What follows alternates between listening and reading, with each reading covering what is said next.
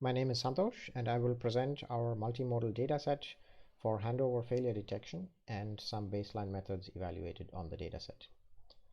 The main problem that we are addressing is detecting failures during both robot-to-human and human-to-robot object handovers.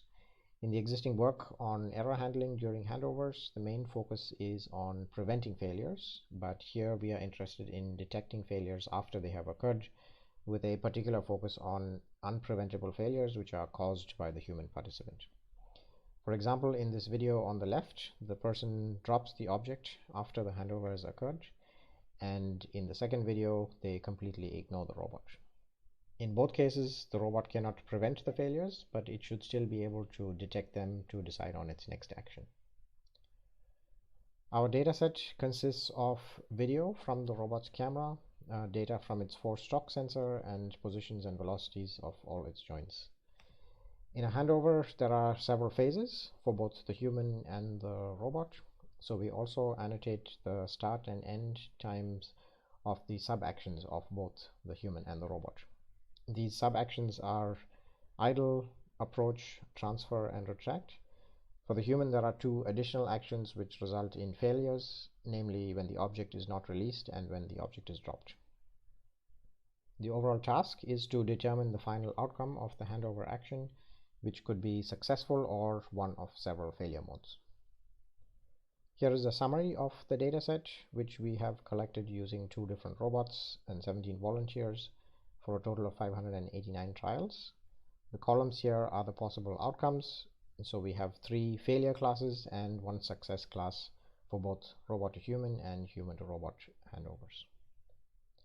As mentioned earlier, we focus on failures that are caused by the human participant.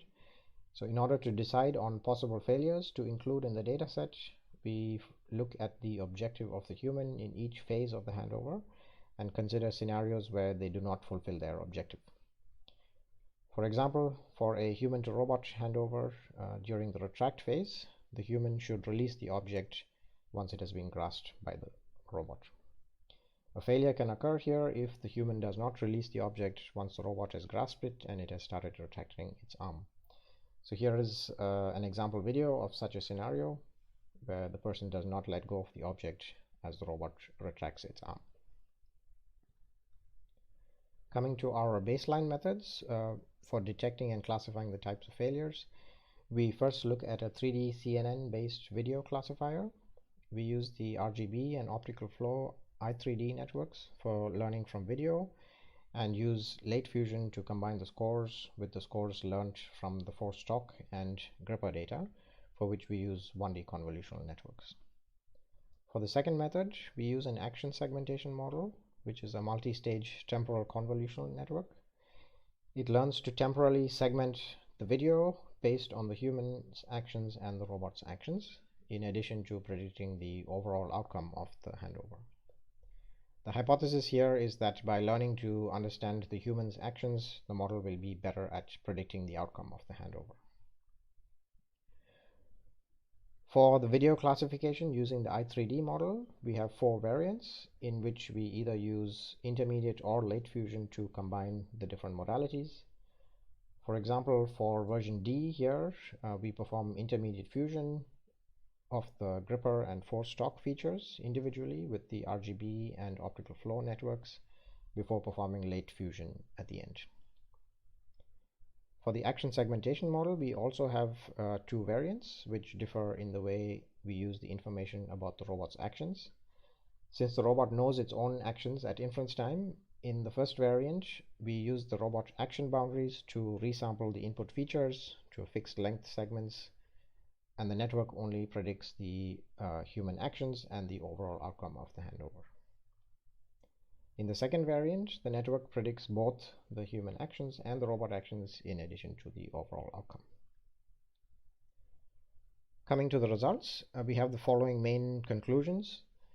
We find that video is an important modality for classifying the outcome, but when we use the force shock sensor and the state of the gripper as additional modalities, the performance increases overall for both types of methods. Both of the baseline methods have a reasonable performance, but the video segmentation model performs better overall, and in particular the performance improves when the network has the additional task of segmenting the human and robot actions. We now look at some sample videos. The output of 3 of the models are listed here, and the ground truth outcome is listed here.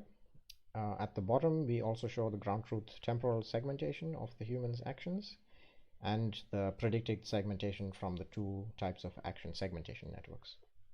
This first example is a successful handover, and we see that the segmentation models are able to segment the actions of the human well, in addition to classifying the outcome correctly.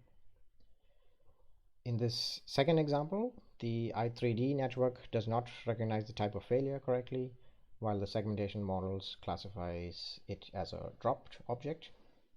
We also see that drop is one of the actions detected in the temporal segmentation of the human's actions, although it's not aligned temporally with the ground truth. In this last example, the person does not release the object, and all methods are able to detect that correctly, even though towards the end the object and the hand move out of view of the camera. This also shows the importance of using the additional modality of the force shock sensor in this case.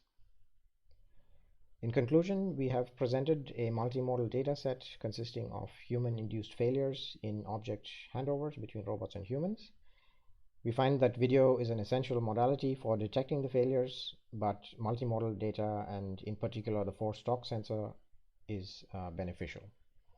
And finally, as future work, the action segmentation model can be used to detect failures online, such that the robot can react as soon as the failure is detected.